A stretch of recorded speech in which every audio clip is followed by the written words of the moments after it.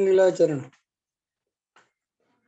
नमो हरिहंताणं नमो सिद्धाणं नमो आयर्याणं नमो वज्रायाणं नमो लोये सद्साहुणं मंगलमय मंगलकरं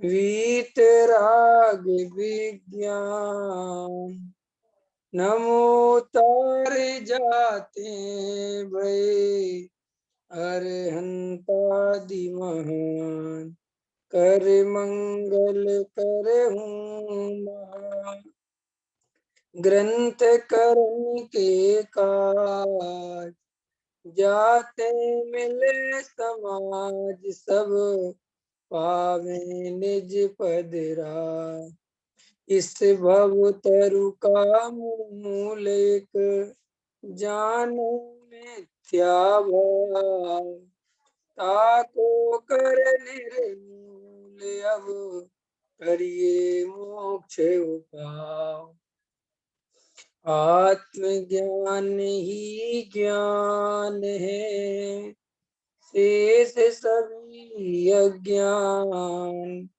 विश्व शांति का मूल है वीतराग विज्ञान वीतराग विज्ञान ही तीन लोक में सार वीतराग विज्ञान का घर घर हो पुरुषार्थ की प्रतीति, इस पर अपनी चर्चा चल रही है। कल हमने कर्म के उदय का प्रभाव किस पर पड़ता है, पर्याय का और कर्म का क्या संबंध है, दो द्रव्यों के बीच में कर्ता कर्म संबंध है कि नहीं है, और निमित्त नैमित्तिक संबंध द्रव्य के साथ है कि पर्याय के साथ है, कर्म का उदय वास्तव में मेरे को सुख दुख नहीं देता। कल ये सब चर्चाएं अपन ने विस्तार से की थी। अब इसी क्रम में थोड़ा आगे बढ़ेंगे। पृष्ठ क्रमांक 79 में पुरुषार्थ की प्रतीति में सबसे नीचे चलेंगे। जो चैतन्य के लक्षण से रहित है, ऐसी समस्त बंध भाव की वृत्तियां मुझसे भिन्न हैं। इस प्रकार बंध भाव से भिन्न स्वभाव का निर्णय करने पर चैतन्य को उस बंध भाव की वृत्तियां का आधार नहीं रहता, अकेले आत्मा का ही आधार रहता है।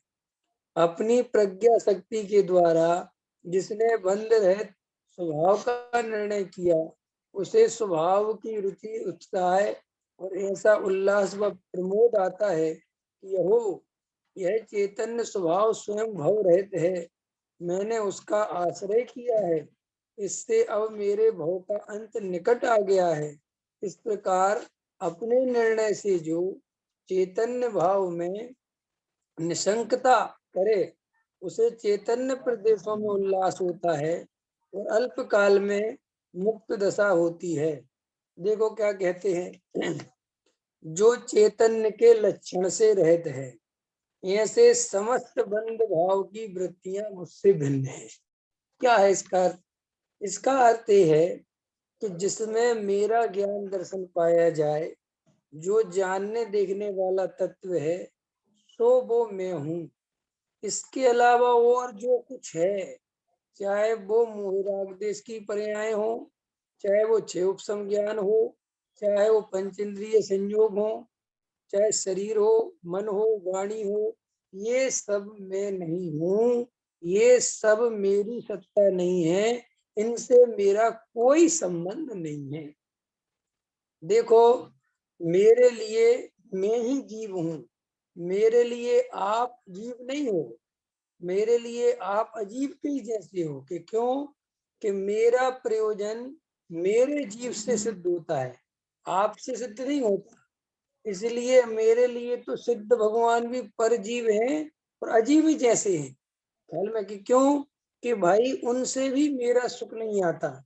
मेरा सुख तो मेरे चैतन्य सदन से, मेरे त्रिकाली ध्रुव से, अपने ज्ञायक भगवान आत्मा की दृष्टि से आता है, सिद्ध भगवान की दृष्टि से भी नहीं आता। इसीलिए देखो इसमें क्या कहते हैं कि समस्त बंध भाव की वृत्तियां वो मुझसे भिन्न है। समस्त बंध भाव की वृत्तियां कौन कौन सी हैं? देखो, हिंसा, झूठ, चोरी, कुशील, परिग्रह, ये तो सारी दुनिया ने पाप कहती है, बंद कहती है, दुख का कारण कहती है, नरक का कारण कहती है और निंदा करती है। लेकिन इसमें दया, दान, व्रतशील, संयम आदि की वृत्तियां भी बंद हैं, संसार हैं। ये भी मेरा स्वरूप नहीं है। दया का परिणाम सारा संसार दया के परिणाम की प्रशंसा करता है। और जब हमें दया का परिणाम आता है किसी जीव के प्रति, तो हमें भी अच्छा लगता है। हमें भी लगता है साहब तो अच्छा भाव है ना, हमने किसी की मदद करी, हमने किसी का भला कर दिया, और हमने पूजा पाठ कर दी, हमने बहुत ज्यादा, हमें भी नहीं लगता, हमें लगता है तो बहुत अच्छा है। बस यही मिथ्यात्व है। देखो भाई, ये बात गहराई से समझ लो। मैं 1000 दफे कह चुका हूँ कि जो टोडामल जी साहब ने लिखा है, मिथ्यात्व वैरी का अंश भी बुरा है, इसमें बहुत बहुत संभावनाएं भरी पड़ी हुई हैं। इसमें बहुत माल है, बहुत गहराई है इस बात में कि साहब उसका अंश भी, कि क्यों कि मिथ्यात्व एक ऐसी चीज है कि भाई पता ही नहीं चलता कि कब कहां से घुस जाए। अब देखो, मुमुक्षु, सारे के सारे मुमुक्षु जो गुरुदेव के समझ लो थोड़ा बहुत समझने मानने वाले हैं, सब के सब एक आवाज में कहते हैं दया, दान, व्रत, शील, संयम आदि बंद के कारण है। सब बोलते हैं, लेकिन दया, दान, व्रत, शील, संयम आदि बंद के कारण है, ये बोलना अलग बात है और इसको अंदर समझना अलग बात है। बोलना तो क्यों आ गया? क्योंकि गुरुदेव रात और दिन एक ही बात बोलते थे, दया, दान, पूजा, व्रत, शील, संयम आदि बंद के कारण है। पुण्य भाव संसार है, पुण्य भाव से मुक्ति नहीं होती, पुण्य से सम्यक दर्शन नहीं होता, दया दान सब है। ये तो गुरुदेव के समय लोग पेटेंट थे, बिल्कुल श्लोक, उनको रोज ही बोलना था। 3 टाइम अगर बोलते थे तो तीनों टाइम बोलनी थी ये बात। तो उनके परंपरा से ये बात बोलने में तो आ गई, लेकिन अंदर से कोई भी अधिकतर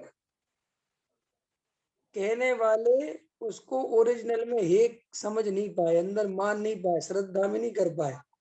अभी इसको चेक कैसे करें कि अभी भी देखो, दया, दान, व्रत, शील, संयम की बात आती है तो बोलते तो हैं बंद का कारण है, लेकिन सारे के सारे दया, दान, पूजा, व्रत, भक्ति वाले को धर्मात्मा मानते हैं और अपने को भी दया, दान, पूजा, भक्ति से बड़ा मानते हैं और दूसरों को पापी मानते हैं, दूसरों को हीन मानते हैं। ये सब वृत्तियां बताती हैं कि अभी बोलना आया है, वो भी परंपरा से चला आ रहा है। जैसे देखो, हमने कहा था ना, परंपरा क्या होती है? बचपन से, जैसे अपने घर में आपने कभी सोचा कि तुम्हारे और हमारे जीवन में एक कॉमन चीज देखी होगी तुमने, अगर बच्चा हिंदी प्रांत में पैदा होता है तो वो अपने आप अपनी हिंदी भाषा बोलता है। बुंदेलखंड में बच्चा पैदा होता है, बुंदेलखंडी बोलता है। बंगाल में बच्चा पैदा होता है, बंगाली बोलता है। तमिल का बच्चा तमिल बोलता है। इंग्लिश वाले के घर में पैदा हो तो इंग्लिश बोलता है। तो ये आप और हमको सोचना चाहिए, विचार करना चाहिए कि साहब ये भाषा इस बच्चे ने सीखी कैसे। देखो, जब बच्चा 3 साल का होता है, 4 साल का होता है, तो 4 साल के बच्चे का माइंड कमजोर होता है, उसको भी बहुत बुद्धि तो होती नहीं, उसको बहुत समझ तो होती नहीं, अपने से तो कम जानता है ना वो 4 साल का बच्चा। लेकिन वो भाषा सीख जाता है, बहुत जल्दी सीख जाता है। और अपने को अगर अपनी कोई अभी कहे कि इंग्लिश सीखो, अपन से कोई कहे कि संस्कृत सीखो, अपने से कोई कहे साहब मराठी सीखो, अपने से कोई कहे पंजाब, अपन को नहीं आई, अपन को बहुत कठिन लगती है। जबकि 4 साल का बच्चा तमिल बोलता है, तो ये तमिल भाषा कैसे बोली जाती है, इसका गहराई से विचार करना चाहिए। ख्याल में है ना? मैंने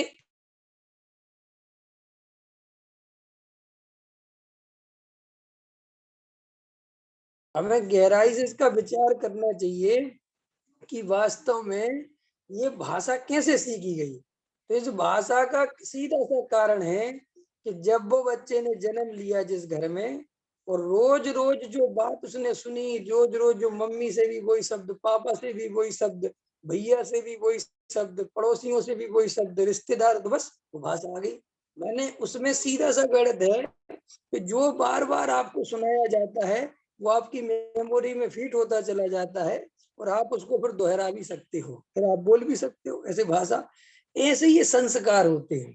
जैसे हमें मोक्ष चाहिए, है ना, हिंसा झूठ चोरी कुसी परिग्रह बुरा है, पाप से बंद होता है, ये सब दुख के कारण है, हिंसा नहीं करनी चाहिए, झूठ नहीं बोलना चाहिए, चोरी नहीं करनी चाहिए, परिग्रह नहीं, ये सब हम रट लेते हैं। क्यों? मंदिर में जाते हैं, वहां पे यही बात बताई जाती है, घर में मम्मी पापा यही बात बताते, याद हो जाता है। लेकिन वास्तव में ये याद हो जाना ये अलग मैटर है, और अनुभव से गुजरना ये अलग मैटर है, बिल्कुल अलग अलग बातें हैं। तो हमारे जीवन में होता क्या है कि जो गुरुदेव के मार्ग में थोड़ा बहुत जैसे आ गए समझने, तो वहां पर रोज एक ही कहानी चलती है, दया दान पूजा भक्ति बंद के कारण है, दया दान पूजा तो भैया वो रोज रोज सुन के हमें भी आ गया कि साहब वो बंद के कारण है, वो जीव का स्वभाव नहीं है, उनसे बंद। लेकिन अंदर में अनुभव में दया दान पूजा भक्ति अच्छे लगते हैं, दया दान पूजा भक्ति करने वाले धर्मात्मा दिखते हैं, दया दान पूजा भक्ति धर्म नहीं है फिर भी धर्म जैसा है। कैसे? आप धर्म नहीं करते, क्या है, रट तो लिया कि धर्म नहीं है, लेकिन उसी को कर करके अपने को धर्मात्मा अनुभव करते हैं।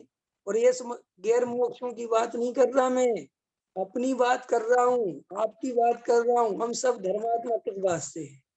मैं धार्मिक आदमी हूँ, क्या है आपके अंदर धार्मिकता का क्या लक्षण है? जैसा मैं रात में नहीं खाता, मैं जमी कर नहीं खाता, मैं बाजार में नहीं खाता, मैं रोज मंदिर जाता हूँ, और साहब मैं प्रवचन सुनता हूँ, है ना, मैं धार्मिक आदमी हूँ। तो भाई साहब यही तो अज्ञान है, यही तो मिथ्यात्व है। ये धार्मिकता का लक्षण कहाँ है? लेकिन व्यवहार में इसे धार्मिकता कह दिया जाता है, और रियलिटी में ये धार्मिकता नहीं है, लेकिन ओरिजिनलिटी में लोग इसको धार्मिकता मानते और अनुभव हम तो धार्मिक। इसलिए दया दान पूजा भक्ति के परिणाम बंद के कारण है, विकार भाव है, मेरा स्वभाव नहीं है, संसार के कारण है, बंद भाव है। ये कोई ये बात कहना आसान है, समझना बहुत मुश्किल है।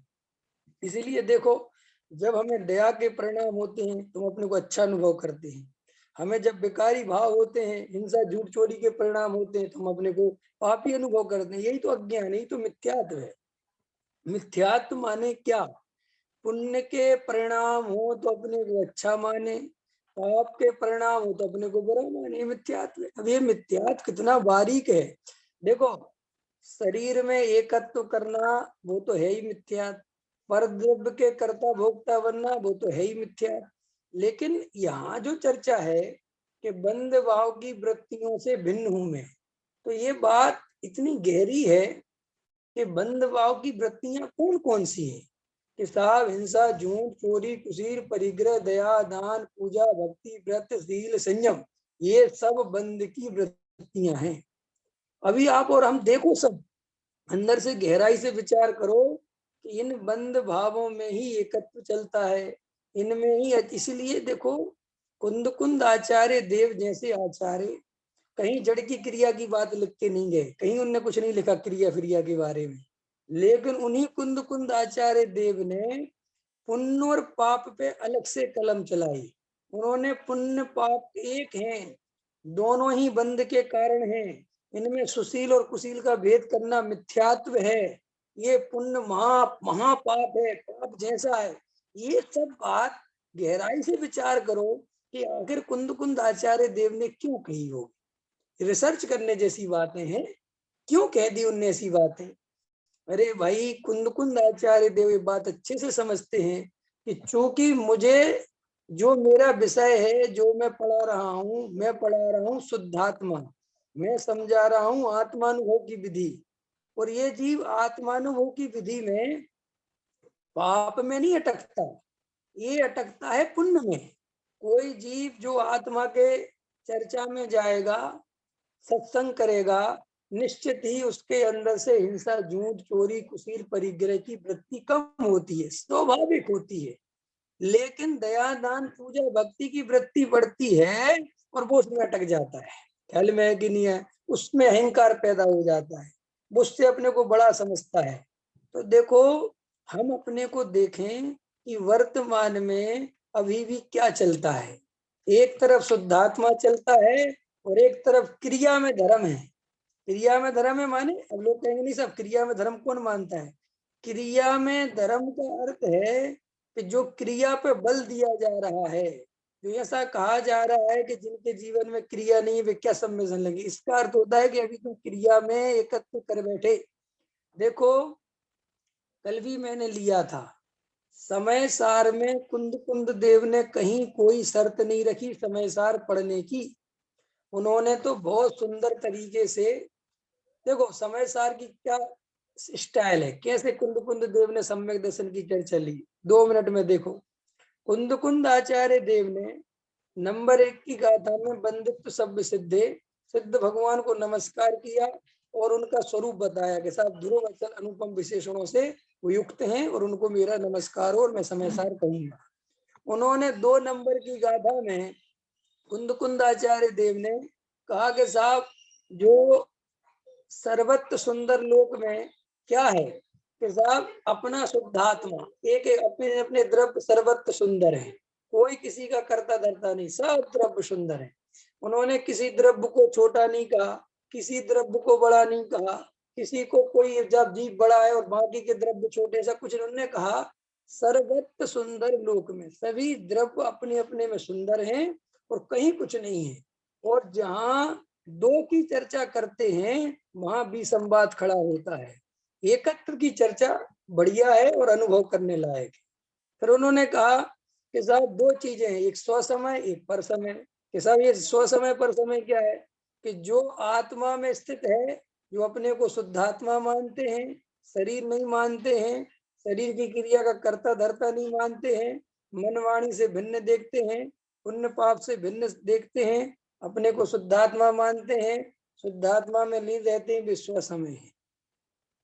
और पर समय क्या है कि साहब जो शरीर को अपना मानते हैं, संयोगों को अपना मानते हैं, शरीर की क्रियाओं के कर्ता धर्ता बनते हैं, ऐसा रुपया मकान दुकान को अपना समझते हैं, पर समय।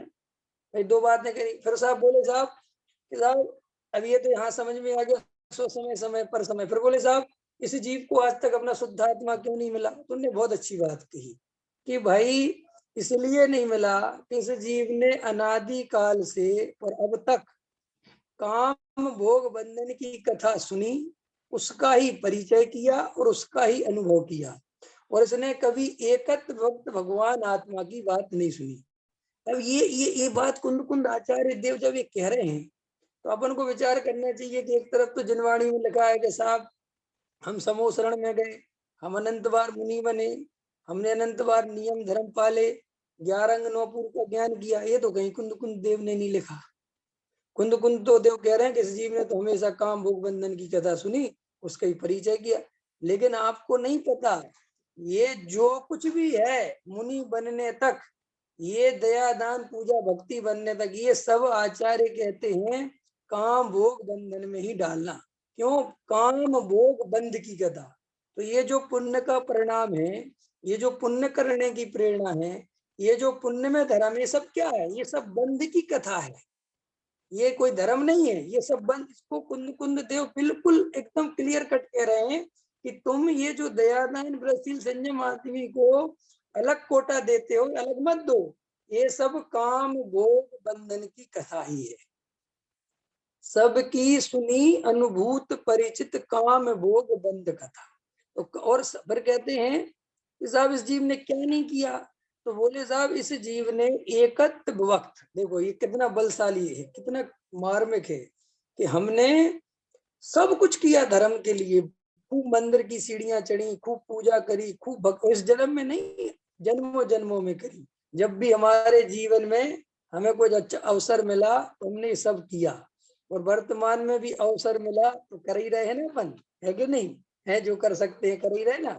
तो कुंद कुंद देव कह रहे हैं कि तुम जो मुनि बन गए हो ना, बिना आत्मज्ञान के, बिना सम्यक दर्शन के, बिना भेद ज्ञान के, वो एक प्रकार से बंद ही है।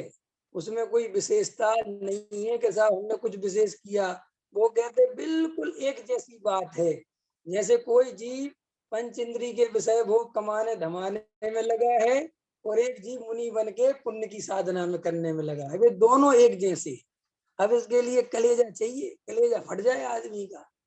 अब ये बात अहंकारी जड़ की क्रिया में एकत्व करने वाले को कभी नहीं पचेगी। इसलिए वर्तमान में जब ये बात आती है तो बहुत से इसका विरोध करते हैं। उनको विरोध क्यों करते हैं? उनको लगता है कि साहब हम और घर में रहने वाले एक जैसे हैं, हम इतनी साधना कर रहे हैं, हम एक जैसे हैं, पुण्य और पाप एक जैसे हैं। क्यों? क्योंकि उससे उनके अहंकार को चोट पहुंचती है। जैसे देखो कैसे पहुंचती है। अभी मैं तुमसे कहूं कि जैन और अजैन सब एक जैसे हैं, कुछ नहीं होता है जैन अजैन में, तो जैनों को बहुत तकलीफ हो जाएगी कि नहीं हो जाएगी? है विवेक जी, हो जाएगी कि नहीं हो जाएगी?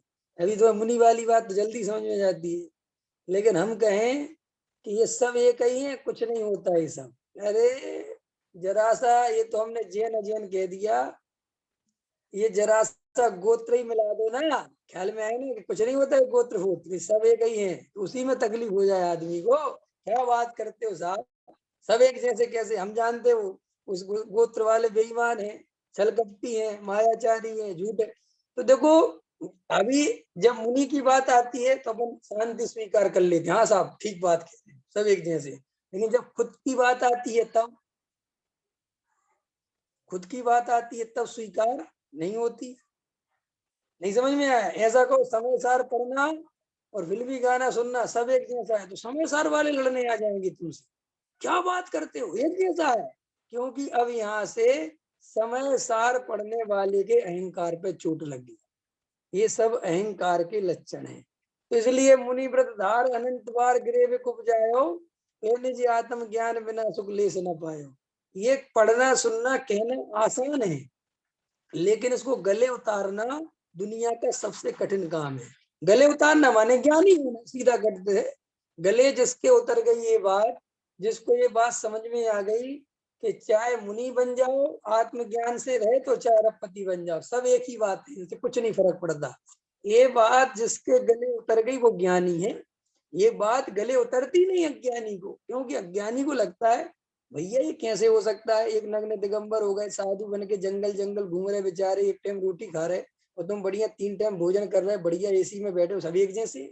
लेकिन ये बात ज्ञानी पुरुष को हमेशा ख्याल में आती है कि भाई आत्मज्ञान जिसको नहीं है, वेद ज्ञान जिसको नहीं है, अपना स्वरूप जिसको पता नहीं है, वो बाहर के जीवन में क्या फर्क पड़ता है कि वो क्या करता है, क्योंकि वो उसका असली में करता धरता है ही नहीं। एक के कर्म के उदय की योग्यता निमित्त ऐसे है कि साहब उसको मुनि बन गया, एक के उदय योग्यता ऐसी है कि वो साहब करोड़पति बन गया। उसमें दोनों में ही जीव कहाँ है, ख्याल में है? भरत जी चक्रवर्ती बन गए, तो भरत जी ने कोई चक्रवर्ती बनने के लिए वो थोड़ी कर दिया। और बाहुबली नहीं बने, क्योंकि बाहुबली का उस जाति का योग नहीं था, भरत जी का था। तो ये बात हमें क्लियर होएगी जब हम अकर्ता ज्ञायक स्वभाव को देखेंगे। तो इतनी क्लियरिटी करो कि कुंद आचार्य देव चौथे नंबर की गाथा में कहते हैं कि साहब इस जीव को आत्मा इसलिए नहीं मिला कि इस जीव ने विषय भोग नहीं छोड़े, ये नहीं कहा उन्होंने। उन्होंने कहा इस जीव ने एक वक्त भगवान आत्मा को न सुना, न अनुभव किया, न परिचय किया, न कुछ किया। तो अभी अपन को लगेगा कि साहब अब तो हम सुन रहे हैं, लेकिन ये सुनना किस अर्थ में कह रहे कुंद आचार्य देव? इस अर्थ में नहीं कह रहे कि सुनना। कुंद आचार्य देव सुनने का अर्थ कह रहे श्रद्धा नहीं करी और अनुभव नहीं किया। श्रद्धा का नाम सम्यक दर्शन है और अनुभव का नाम वो चारित्र परिणतियां है, वो लीनता है। तो ये दोनों काम नहीं करे। इसीलिए परिचय का अर्थ भी होता है अवलोकन करना। तो एक वक्त भगवान आत्मा का ना परिचय किया, ना उसको सुना, ना अवलोकन किया, ना देखा, ना अनुभव किया। एकत्व विभक्त, विभक्त माने क्या लेना कि बिल्कुल पर से रहित, जिसमें समस्त शुद्ध अशुद्ध पर्यायों को भी नहीं मिलाना है, जिसमें पहले गुणस्थान से लेके छठवां गुणस्थान और छठवें गुणस्थान से लेके 14वें गुणस्थान, ये सब नहीं मिलाना है, उसका नाम है विभक्त। विभक्त माने पर से अलग, और एकत्व माने एक त्रिकाली ध्रुव भगवान आत्मा। तो एकत्व वक्त भगवान आत्मा की बात जो जीव सुनेगा, समझेगा, श्रद्धान करेगा, अनुभव करेगा, वो सम्यक दृष्टि होगा, वो ज्ञानी होगा। इतनी इतनी बात कुंद देव कह रहे हैं। और कुंद देव ने कहीं कोई शर्त नहीं लगाई, कोई बात नहीं कही। मैं आपसे पूछता हूँ, कुंद आचार्य देव क्या ये सब बातें नहीं जानते होंगे कि साहब ये खाना चाहिए, नहीं खाना चाहिए, करना चाहिए, नहीं करना? उन्होंने कुछ नहीं कहा।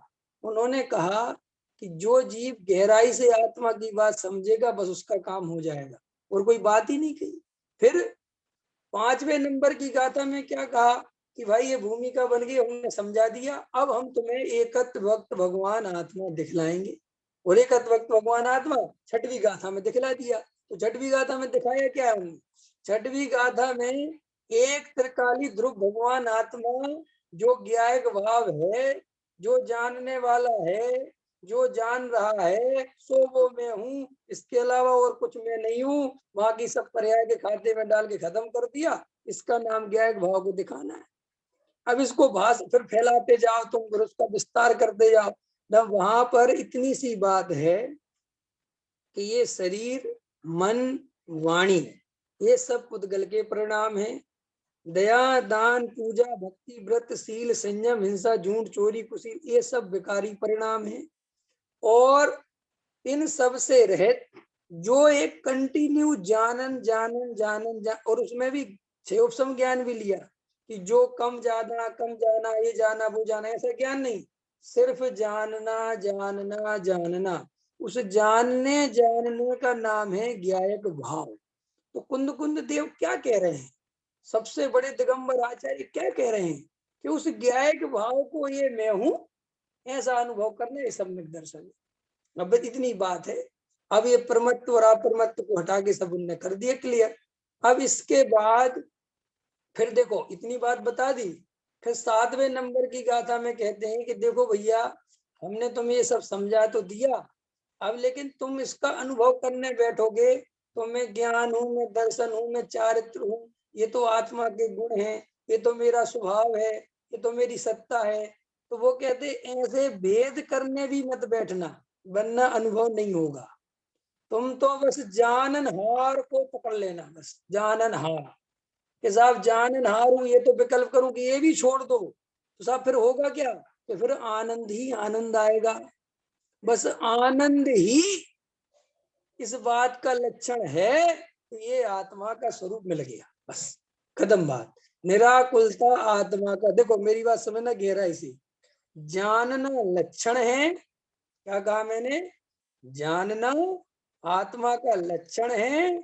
और जो जीव जानने वाले को जानता है उसको निराकुलता मिलती है, ये उसका फल है। अंतर समझ में आया कि नहीं आया? मुझे आत्मा का अनुभव हुआ, ये कैसे पता चले कि आनंद झर गया हो, निराकुलता आ गई हो, निर्भयता आ गई हो, असीम शांति मिली हो, ऐसा लगा हो जैसे हल्का हो गया, बस ये आत्मा का अनुभव का लक्षण, बात खत्म हो। अब इसके बाद साहब क्या करना है कि फिर व्यर्थ की बात है। जैसे इस प्रयास में, जैसे इस क्रम से तुम्हें आत्मा के दर्शन हुए थे, तुम अब इसी क्रम में चलते जाओ, इसी आनंद को बढ़ाते जाओ। ऐसा बाहर का त्याग व्रत करें कि नहीं करें, कि ये आनंद बढ़ेगा तो बाहर में अपने आप उस भूमिका के अनुसार संयम आएगा, आए बिना नहीं रहेगा। डरना क्यों? और अभी भूमिकाओं का ज्ञान करो, किस भूमिका में क्यों डरते क्यों? देखो भाई, चौथे गुण स्थान का स्वरूप ढंग से समझना भी बहुत बड़ा पुरुषार्थ है। मैं वर्तमान में ये अनुभव करता हूँ कि बहुत सारे लोगों को, क्या 99% लोगों को चौथे गुण स्थान का स्वरूप ही पता नहीं है कि करना क्या है। चौथे गुण स्थान पता, चौथे गुण स्थान की कैसी हालत है? चौथा गुण स्थान अपने आप में चौथा गुण स्थान रहा ही नहीं। चौथे गुण स्थान की लोगों ने क्या हालत कर दी, देखो चौथे गुण स्थान की क्या हालत है। चौथे गुण स्थान की एक ऐसा खाता बना दिया चौथे गुण स्थान में, जिसको जो आता है वो चौथे गुण स्थान के नाम पर रख देता है। जैसे चरणान योग वाले हैं, वे अपना पढ़ा रहे हैं, ये खाओगे तो सम्यक दर्शन नहीं होगा, ऐसे ऐसे करोगे तो सम्यक दर्शन नहीं होगा, जब तक तुम्हारे मिथ्यात्व कर्म का उदय तब तक सम्यक दर्शन नहीं होगा, जिसको जो समझ में आ रहा है। लेकिन वास्तव में ऐसा स्वरूप ही नहीं है वस्तु का। चौथा गुण स्थान तो चारों गतियों में सभी जीवों को कहीं पे भी सम्यक दर्शन हो सकता है। ये शर्त वर्त की बातें नहीं है, लेकिन सभी के जितने मैं देखता हूँ सभी एक शर्त लगा के बैठे हुए। चौथे गुण स्थान में कोई पंचगुण स्थान की क्रिया मिक्स कर रहा है, पांचवें गुण स्थान का जो आचरण है वो चौथे गुण स्थान पे लाद रहा है। समझ रहे नहीं समझ रहे? और देखो और कितना खतरनाक है, जैसा मुनियों को अनुभव होना चाहिए, जैसा उनको आनंद आना चाहिए, वैसा चौथे गुण स्थान में लाद रहा है। जैसा राग मुनियों को होना चाहिए वैसा राग चौथे गुण स्थान में लाद रहा है। क्या होगा चौथे गुण स्थान? चौथे गुण स्थान का तो चौथे गुण स्थान जैसा रहेगा ना। अब तुम भरत जी को समझ लो चौथे गुण स्थान वाले हैं, और भरत जी से तुम उम्मीद करो कि वो मुनि आदिनाथ जैसे भाव होंगे तो कैसे होंगे, या पांच गुण स्थान वर्ती वाले ये तो कैसे गए? लेकिन वहां तो कोई गुणा भाग लगाता नहीं, यहाँ पे सबके सब लगे हुए हैं, ऐसे भाव ऐसे भाव। और भाव भी, और फिर कहते साहब महापुरुषों से छल ग्रहण नहीं करना। तो भैया महापुरुषों से छल ग्रहण नहीं करना, तो महापुरुषों का आधा जीवन बताना चाहिए। अगर पूरा जीवन बताओगे तो सही है, अब आधा जीवन बताओगे तो कैसे सब चलेगा? अब भरत जी का जो पूरा जीवन है तब तो मेरे पे घटित होगा।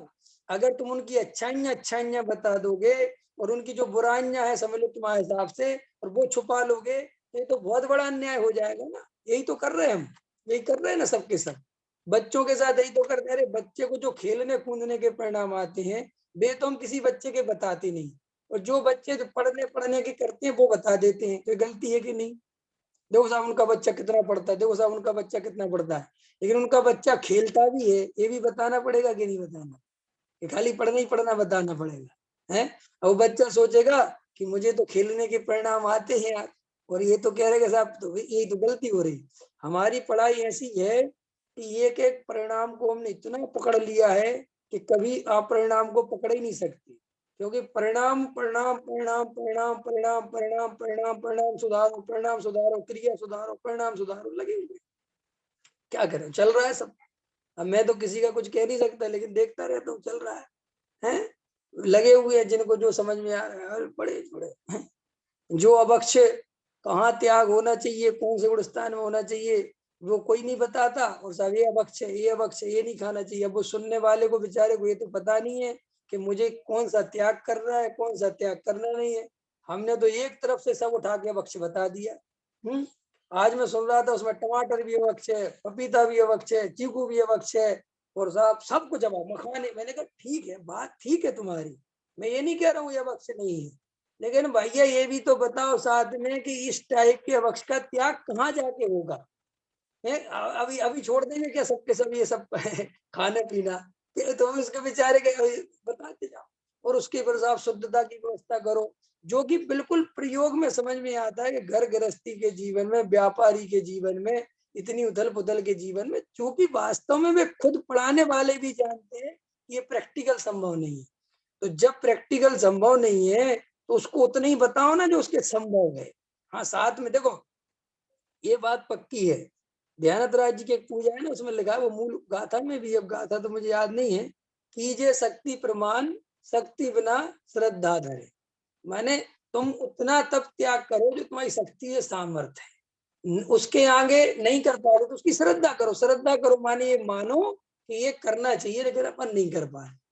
तो ये जब तक हमारे अंदर से ये एक विश्वास अंदर पैदा नहीं होगा कि मैं आत्मा अनुभव कर सकता हूँ, मैं एकदम परिपूर्ण ज्ञायक भगवान आत्मा हूँ, ये क्रिया और ये परिणाम से मैं भिन्न, ये जब तक अंदर कॉन्फिडेंस नहीं आएगा, अंदर आत्मविश्वास नहीं आएगा, तब तक भाई साहब आत्मा अनुभव नहीं कर सकता जी। क्योंकि आत्मा अनुभव करने के लिए इतना आत्मविश्वास चाहिए। आत्मविश्वास किस हद तक का चाहिए बताओ विवेक जी, किस हद का आत्मविश्वास चाहिए? इस हद का चाहिए भाई साहब कि सिद्ध भगवान से भी बड़ा हूं मैं। क्योंकि सिद्ध एक समय की पर्याय है, ऐसी अनंत सिद्ध पर्यायों का जनक हूं मैं। इतना कॉन्फिडेंस लेवल चाहिए, तब जाके आत्मानुभव होता है। वो जो अभी रो रहे हैं, गिड़गिड़ा रहे हैं, अरे हम तो संसारी भैया, हम तो पापी हैं भैया, हम तो पानी पी लेते साहब, हमारा क्या बताएं साहब, जीवन ही बेकार है। अब ऐसे गिड़गिड़ाने वाला बेचारा अनुभव कैसे करे? और तुम जिस लेवल की शर्तें लगा रहे हो तो इस जन्म में तो वो शर्तें पूरी कर नहीं पाएगा, ये तो गारंटी दे रहा हूं मैं, कोई नहीं कर पाएगा। ऐसी ऐसी शर्तें लगाई जाती हैं, अनचने पानी की एक बूंद जो गिरा देगा उसे सम्यक दर्शन नहीं होगा। क्या बोले जा रहे हो, कैसे बोले जा रहे हो, कहाँ सब लिखा हुआ है? और किस अर्थ में अनचना पानी है, किस अर्थ में रात्रि भोजन है, किस अर्थ में क्या, कुछ नहीं पता है अभी कुछ भी। और आगम उनको लगता है, और सुनो, ऐसे लोगों को ये लगता है कि वे बहुत बड़े आगम के वेदता हैं और वो बहुत बड़े धार्मिक आदमी हैं, इतना त्याग व्रत उनको नहीं पता आगम के विरुद्ध बोल रहे हैं। आगम के विरुद्ध माने जिस भूमिका में जो त्याग होना चाहिए वो नहीं बता रहे हैं, वो सिर्फ त्याग त्याग त्याग त्याग त्याग त्याग त्याग, तो अन्याय हो गया ना। एक बच्चे के साथ हम उसकी विचारे की भूमिका के अनुसार उसे नहीं बताएं और उसको हम अपना लादते जाएं अपना काम, तो क्या होगा उस बच्चे का? है कैसे होगा? मेरा बेटा अगर 7-8 साल का है तो भाई वो 7-8 साल जैसे उसका जीवन होगा, और मैं उसको भी बड़ी बड़ी बातें बता दूं, बड़े से बड़े काम, क्या करेगा बेचारा?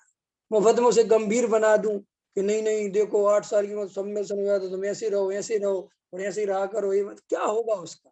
तुम्हारी बात मान तो लेगा वो, लेकिन तुम समझते हो कि तुम उसे धार्मिक बना रहे हो। तुम उसे धार्मिक नहीं बना रहे, तुम उसे पाखंडी बना रहे हो। कि जबरदस्ती किसी पे क्रियाएं लाद देना और अपने संस्कार उस पे लाद देना, ये धार्मिक होने का लक्षण नहीं है, पाखंड का लक्षण है। इससे बच्चे में एक प्रकार के संस्कार प्रबल होंगे और वो भविष्य में तुमसे चिढ़ेगा जब उसे अपनी स्थिति में आएगा वो कि क्या है क्या, और होता है फिर बच्चे सुनते नहीं तुम्हारी बिल्कुल। क्यों? धर्म किसी के लादने की चीज नहीं है, धर्म की स्वतंत्रता है। देखो, जैन धर्म का एक सिद्धांत है पंकज जी, वस्तु स्वतंत्र, वस्तु की स्वतंत्रता, ये जैन धर्म एक सिद्धांत है। जैन धर्म कहता है कि स्वतंत्रता पहला नंबर का अंग है, स्वतंत्र होना चाहिए, कोई किसी के अधीन नहीं होना चाहिए। और ये तो अभी कैसे समझे? तो देखो, दया का परिणाम बंध का कारण है। जब हमारे अंदर दया का भाव चले तो उसी समय श्रद्धा में लगना चाहिए कि ये मेरा स्वरूप नहीं है, ये मेरी भाव नहीं है, ये मेरी वस्तु नहीं है, ये मेरा कार्य नहीं है, ये तो कर्म बंध है, ये तो बंध के उदय के कारण है, ये मेरे से नहीं। ऐसा निर्णय चाहिए श्रद्धा में। हिंसा झूठ चोरी कुशील के परिणाम में भी यही श्रद्धा चाहिए, दो कितना खतरनाक है। और दया के परिणाम में ये श्रद्धा चाहिए। ऐसी श्रद्धा नहीं चाहिए तो हिंसा झूठ चोरी कुशील के परिणाम को तो ज्यादा हे कहे और दया दान पूजा भक्ति को थोड़ा उपाधि कहे। नहीं समझ में? ऐसे होते ना लोग कि साहब उससे तो अच्छा है, दया दान पूजा का परिणाम उससे तो अच्छा है। तो फिर आश्रव तत्व संबंधी भूल क्या है? यही तो आश्रव तत्व संबंधी भूल है।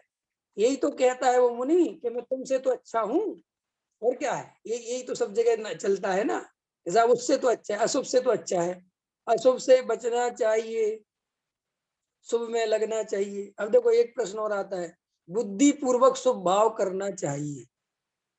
क्या आता है? एक भाव क्या आता है? हैं? सुना होगा तुमने, सचिन जी सुना है कि नहीं सुना? बुद्धिपूर्वक क्या करना चाहिए? हैं? बुद्धिपूर्वक क्या करना चाहिए अनुरंजन जी? बुद्धिपूर्वक शुभ भाव। पहले एक बार बताओ, एक तरफ तो कहते हो इन भावों का कर्ता जीव नहीं है, भाव अपनी योग्यता से होते हैं, फिर दूसरी तरफ कहते हैं बुद्धिपूर्वक शुभ भाव करने चाहिए। ये बताओ इन दोनों में सत्य कौन है?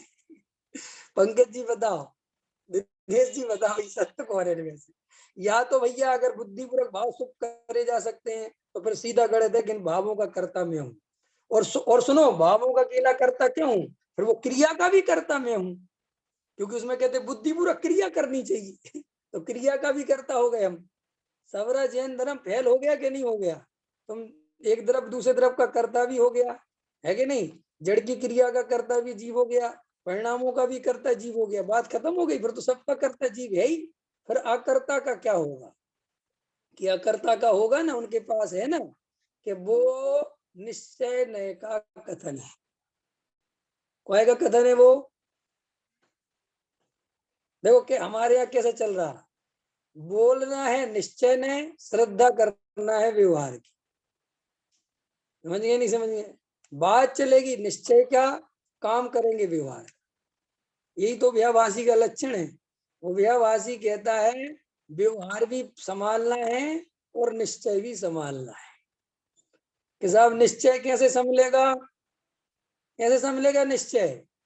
कि समय सार सुबह सुन आओ और पुण्य भाव है ये सुन के आओ, इससे समझ जाता है निश्चय। और फिर व्यवहार समझेगा कैसे? कि फिर उसी पुण्य को करो, इससे व्यवहार समझेगा।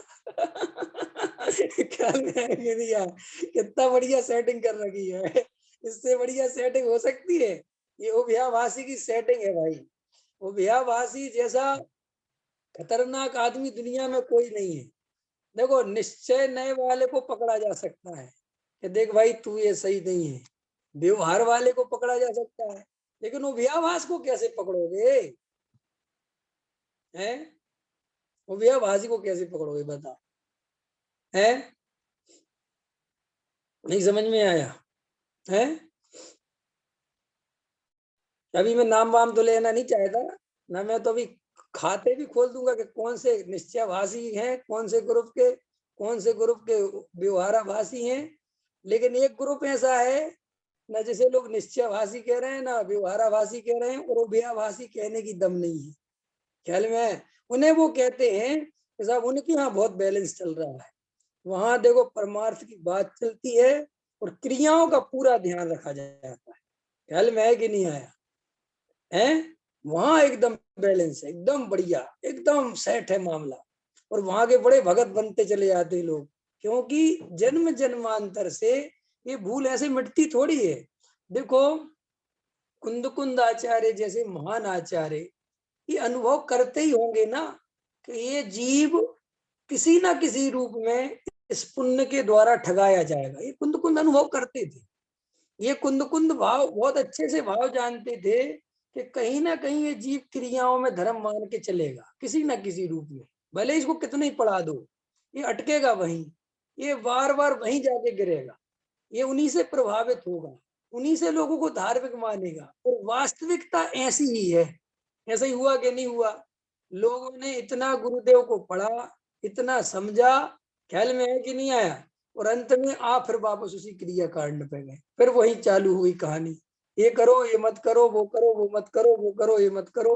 मैं ये नहीं कह रहा हूं कि ये कहना या नहीं कहना ये कोई गलत है या सही है, सिर्फ ये कह रहा हूं कि हमारा अभिप्राय हमें चेक करना चाहिए कि हम जो क्रियाओं पर बल दे रहे हैं कहीं उसमें गारंटी से हम शुद्धात्मा का विस्मरण तो नहीं कर रहे हैं, कहीं हम तत्व के साथ गलती तो नहीं कर रहे हैं, कहीं हम गुरुदेव की प्रभावना की जगह जो तत्व की होनी चाहिए अप्रभावना तो नहीं कर रहे हैं। क्यों?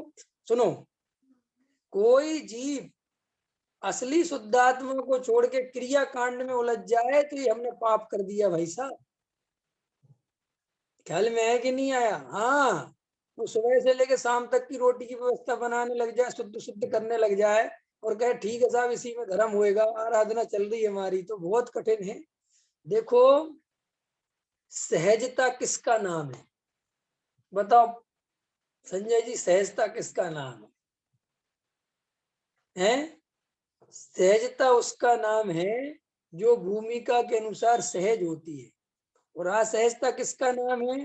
कि जो है तो नहीं और जबरदस्ती कर रहे हैं, उसमें क्या होता है? असहजता। देखो, चौथे गुण स्थान में जो राग आता है वो सहज आता है, पांचवें गुण स्थान में जो राग आता है वो सहज आता है, मुनिराज को जो राग आता है वो सहज आता है। अब जो तीन कसाय चौकड़ी का भाव नहीं हुआ और कसाय की तीव्रता चल रही है, और फिर भी वो 28 मूल गुणों के पीछे पड़ेगा तो क्या होगा? तनाव होगा, खिंचाव होगा, असहज होगा, क्रोधित होगा। इसीलिए जो जीव त्यागी वृत्ति धर्मात्मा हैं और वे अत्यंत क्रोधी प्रवृत्ति के हैं, तो वो इस बात की गारंटी है कि ये भूमिका से ज्यादा खिंचाई कर रहे हैं, जिसके कारण अंदर क्रोध से परिणमित हो रहे हैं। सहजता नहीं है। अंतर समझ में आया? बिल्कुल नैसर्गिक स्वाभाविक बात है ये। हम लोग भी देखो अपने आप को, जब हम अपनी सहजता में रहते हैं तो हम सरल रहते हैं, और जब हम पे कोई भार लादा जाता है तो हम क्या होते हैं? निश्चित ही कहीं की गुस्सा कहीं निकालते हैं, जबरदस्ती खिंचे आते हैं, गुस्सा करते हैं। क्यों? कि अंदर में सहजता नहीं रही। ख्याल में है ना? जैसे आप कभी भी देख लेना, आप भोजन करने बैठो और आपको भोजन नहीं मिल पाया, बढ़िया से बढ़िया भोजन, आपको भूख लगी थी नहीं मिल पाया भोजन, तो आप देखना आप गुस्सा करते रहोगे, किसी ना कि पत्नी पे व्यर्थ के चिल्लाते रहोगे और दिखाओगे नहीं कि हम उसकी वजह से वो गुस्सा कर रहे हैं। फिर आप किसी ना किसी रूप में क्रोधित होते रहोगे और आपको समझ में ही नहीं आएगा कि इतना क्रोध क्यों, किस बात पे चल रहा है। फिर उस क्रोध को उचित ठहराने के लिए धर्म का सहारा लोगे। ऐसा होता है ना, नहीं समझ में आया? उदाहरण दूं एक आध, जैसे अपनी पत्नी से आज उसने अपने मन का काम नहीं किया, ठीक है, तो डायरेक्ट इस बात से तो लड़ाई कर नहीं सकते कि तूने काम खराब कर दिया, गुस्सा आ गया, फिर क्या करेंगे? तू बिल्कुल बेकार है, कोई रुचि नहीं है तुम्हें, हम जानते तुम्हारी क्या हाल है। अब देखो कहां से कहां ढकेल रहा है वो। इस बात की निशानी है कि भाई गुस्सा कहां से किस रूप में निकाला जा सकता है। तो बच्चों का ध्यान नहीं रखती, हमने देखा है हमें बच्चों के प्रति लापरवाही। अब देखो वो क्रोध कहाँ का है और क्रोध कहाँ निकल रहा है? नहीं समझ में आया है? अब मुझे क्रोध भरा पड़ा हुआ है और प्रवचन करने बैठा, विवेक जी से टिक के नहीं बैठना चाहिए, जिनवाणी की अभिनय होती है। वो क्रोध कहीं और का है, वो निकल कहीं और रहा है, तो उसको कहीं ना कहीं का सहारा तो लेना पड़ेगा ना निकालने के लिए, ताकि तुम्हें लगेगा कि विवेक जी कितने धार्मिक आदमी है। और वो ही आदमी को आज तो तुम ऐसे बैठे हो और कल को ऐसे बैठे रहो तो कुछ नहीं कहे, क्योंकि कल उसका मुंह ठीक था, कल वो ज्यादा क्रोधित नहीं था, उसको कोई जल गुस्सा नहीं आ रहा था, और आज बिल्कुल जरा सा अपन ने ऐसे ही कर दिया। कभी कभी टीचर होते ना, शिक्षक अपनी पत्नी से लड़के आते हैं, तो भैया होमवर्क भी बढ़िया कर रखा, सब कुछ बढ़िया कर रखा, तो कहो कि ठीक है आज का होमवर्क तो तुमने कर लिया, वो तो मैंने मान लिया, 3 दिन पहले क्यों नहीं किया था? अरे भाई मेरे 3 दिन पहले का क्या लेना देना, लेकिन वो भी उसको डांटना है, वो करे क्या, क्रोध से पीड़ित है वो। तो इसीलिए जीवन में धार्मिक आदमी सहज होता है, अधार्मिक आदमी तनावग्रस्त होता है। और अगर धर्म का चोला और पहन लिया है तो वो और बड़ा पाखंडी होगा और ज्यादा असहज होगा। इसीलिए सीधा सा गढ़ समझ लो, तुम्हें और हमें आचार्य कुंद कुंद देव ने जो शुद्धात्मा समझाया है उसको रुचि पूर्वक गहराई पूर्वक अनुभव के तल पर लेके जाओ। बाहर की कोई चिंता विंता मत करो, जीवन की कोई चिंता मत करो, इस जीवन में कुछ ज्यादा होने जाने वाला नहीं है। हमारा जीवन चाहे हम करोड़पति अरबपति बन जाए तो भी हम जीव रहेंगे और ये पर्याय छूटेगी, और चाहे हम लखपति बने तो भी ये पर्याय छूटेगी, हम बहुत विषय भोगों के मालिक बन जाए तो भी पर्याय छूटेगी, हमारा दुनिया में बहुत नाम हो जाए तो भी पर्याय छूटेगी। इसलिए अपने शुद्धात्मा को ही घृण करो। दया दान पूजा भक्ति करे नहीं जाते, याद रखो। दया दान पूजा भक्ति जिसको करने पड़ते हैं वे सब नकली हैं। दया दान व्रत शील संयम के परिणाम जब तुम्हें अपने अंदर से होने लगे, अपने आप होने लगे, तो समझ लेना ओरिजिनल है।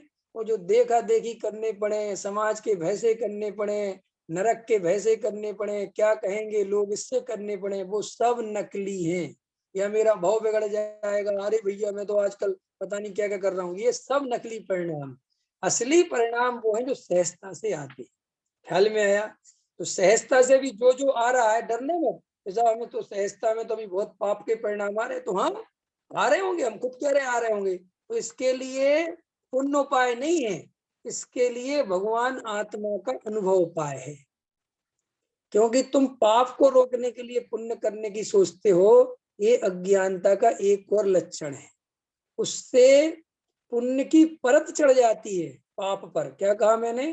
पाप तो बना रहता है, उस पर पुण्य की एक परत चढ़ जाती है, लेकिन पाप खत्म नहीं होता। ऐसे ही बहुत सारे लोग अंदर से तीव्र कसाई बने रहते हैं और क्रिया कांड की परत तोड़ लेते हैं। काहे की? बाजार में नहीं खाएंगे, पानी नहीं पिएंगे, ये नहीं करेंगे, वो नहीं करेंगे, ये सब परत है। और इससे वो अपने एक मुखौटा लगा लेते, मुखौटा तो समझते हो ना, है? हाँ, ऐसा मुखौटा लगा लेते हैं और वो धार्मिक दिखाई देते हैं, लेकिन अंदर से पाप भाव ज्यों के त्यों बने रहते हैं। और मैं इसको सिद्ध करूं कैसे? कि वे दूसरों की खुशी देख के जलते रहते हैं, वे दूसरों के आनंद से परेशान होते रहते हैं, वे दूसरों के विषय भोगों से परेशान होते हैं।